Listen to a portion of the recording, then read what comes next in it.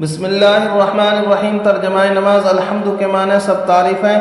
ایک سنت کل نماز میں قرات کی 2 سنتیں بیان ہوئی۔ تعوذ یعنی اعوذ باللہ من الشیطان الرجیم پڑھنا، تسمیہ یعنی بسم اللہ الرحمن الرحیم پڑھنا، اور آج کا سبق سنت نمبر 3 چپکے سے آمین کہنا۔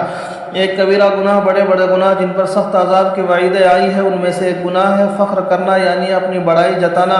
گناہ کے نقصانات۔ گناہوں سے دنیا کا ایک نقصان یہ ہے کہ ایسا شخص اللہ تعالیٰ کے نزدیک بے قدر اور ذلیل و خوار ہو جاتا ہے، پس مخلوق میں بھی اس کی عزت نہیں رہتی، چاہے لوگ کسی لالچ یا خوف سے بظاہر اس کی تعظیم کریں لیکن کسی کے دل میں اس کی عظمت نہیں رہتی۔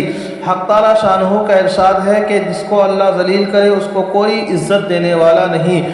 طاعت و عبادت کے فوائد۔ بعض طاعت و عبادت کا اثر یہ ہے کہ اگر کسی معاملے میں سمجھ میں نہیں آ رہا ہو کہ کیا کرنا بہتر ہوگا، اس خاص عبادت سے وہ تردد اور فکر جاتا رہتا ہے اور اسی جانب رائے قائم ہو جاتی ہے جس میں سراسر نفع خیر